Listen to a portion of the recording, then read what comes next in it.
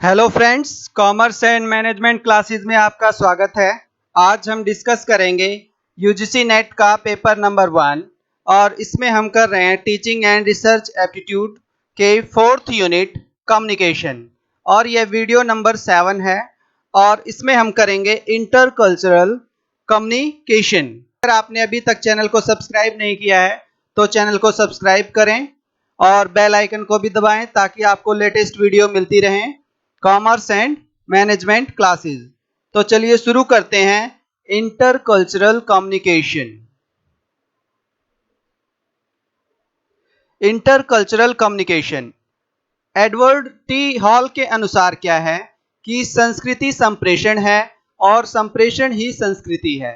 और एडलर के अनुसार संस्कृति कुछ ऐसा है जो किसी सामाजिक समूह के सभी सदस्य द्वारा साझा किया जाए और कुछ ऐसा जो समूह के पुराने सदस्य युवा सदस्यों को बताना चाहते हैं या फिर कुछ ऐसी धारणा जो व्यवहार को भी आकार देती है। इसीलिए जो इंटरकल्चरल कम्युनिकेशन है एक अनुशासन है जो विभिन्न संस्कृतियों और सामाजिक समूहों में संप्रेषण का अध्ययन करता है। यह बहुत ही विस्तृत होता है जो कि विभिन्न धार्मिक, सामाजिक, जातीय और शैक्षणिक पृष्ठभूमि के व्यक्तियों में यह उनके द्वारा बने संगठन के भीतर दिखाई देता है। इसकी सहायता से लोग संसार को कैसे देखते हैं, कैसा अनुभव करते हैं, कैसे संवाद करते हैं का पता चलता है। संस्कृति यह भी निर्धारित करती है कि व्यक्ति संदेशों को कैसे एनकोड करते हैं और किस माध्यम का चयन करते हैं, उन्हें प्रसारित करने के लिए और किस तरह के संदेशों की व्याख्या की जाती है। संप्रेषण उन परिस्थितियों का अध्ययन भी करता है जिसके अंतर्गत विभिन्न संस्कृति पृष्ठभूमि के लोग आपस में बातचीत करते हैं। इसमें सामाजिक विशेषताओं, विचार, पैटर्न और लोगों की समूहों की संस्कृति केंद्रित होती है। इंटरकल्चरल कम्युनिकेशन में विज्ञान, सांस्कृतिक अध्ययन, भाषा विज्ञान, मनोविज्ञान और संप्रेषण अध्ययन जैसे सामाजिक विज्ञान में महत्वपूर्ण भूमिका निभाता है। अतः सांस्कृतिक संप्रेषण कौशल का एक मुख्य हिस्सा होता है। सांस्कृतिक संप्रेषण के अंतर्गत पहचान और संस्कृति का भी अध्ययन किया जाता है। संस्कृतियों को मापा जाना संभव नहीं है, ना ही संस्कृति या सार्वभौमिक विशेषताओं को साझा करती है। सामाजिक परिवर्तन के साथ संस्कृति और संप्रेषण पर भी बदलाव होता है और इस पर ध्यान देना आवश्यक होता है।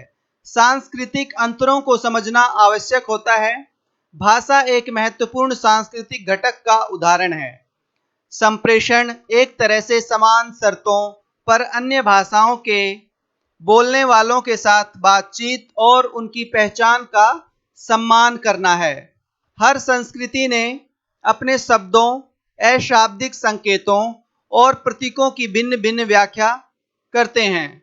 भाषा का कहीं कोई जिक्र ही नहीं।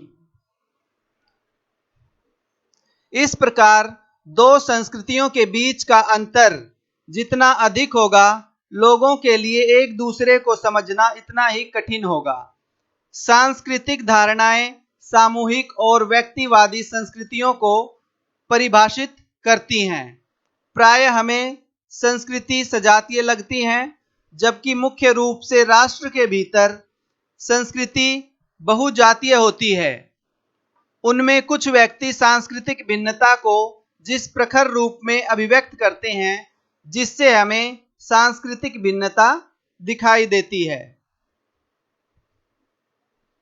संप्रेषण क्षमता का अर्थ है यदि हम किसी ऐसे लक्ष्य को प्राप्त करना चाहते हैं जिसका उपयोग उचित समय और स्थान पर किया जाता है, जैसे प्रसंग उपयुक्तता, प्रभावशीलता और प्रेरणाओं को संप्रेषण क्षमता का अंग माना जाता है। क्षमता को निम्नलिखित तरीके से सुधारा जा सकता है: रुचि का प्रदर्शन और सम्मान, सकारात्मक संबंध दिखाना, अपने आप को और दुनिया को समझने का प्रयास करना, सहानुभूति, कार्यभूमि का व्यवहार, समस्या को हल करने का प्रयास करना, संबंध कारक, भूमि का व्यवहार, पारस्परिक सामंजस्य और मध्यस्थता, धीरज रखना, सक्रिय होकर सुनना, स्पष्टता, सांस्कृतिक बुद्धिमत्ता को संस्कृतियों के बीच प्रभावी ढंग से संबंधी और काम करने की क्षमता के रूप में समझा जा सकता है। इसको संज्ञानात्मक, भौतिक और प्रेरक साधनों से बढ़ाया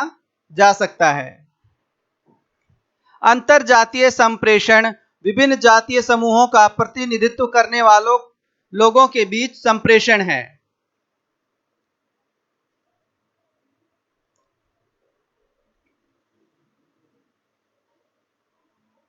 जातीयता अपनी संस्कृति को आदर्श के रूप में मानने और सोचने की प्रकृति है, जिसके अनुरूप मनुष्य अपनी संस्कृति की भी रक्षा करना चाहता है। यह मनुष्य की स्वाभाविक विशेषता है तथा कई संस्कृतियों में पाई जाती है। दूसरी ओर सांस्कृतिक सापेक्षवादी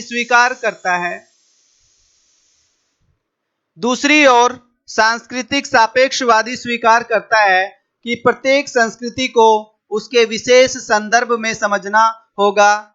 सभी जातियां समान हैं, किसी संस्कृति के रूप में सार्वभौमिक रूप में नहीं माना जाना चाहिए। तो फ्रेंड्स, इस वीडियो में इतना ही। आप इस वीडियो को लाइक करें और चैनल को सब्सक्राइब करें और बेल आइकन को भी दबाएं ताकि आपको लेटेस्ट वीडियो मिलती रहें। अभी हम कर रहे हैं 4th unit UGC NET JRF का paper number 1 communication. Next video में नेक्स्ट पार्ट करेंगे। Thank you.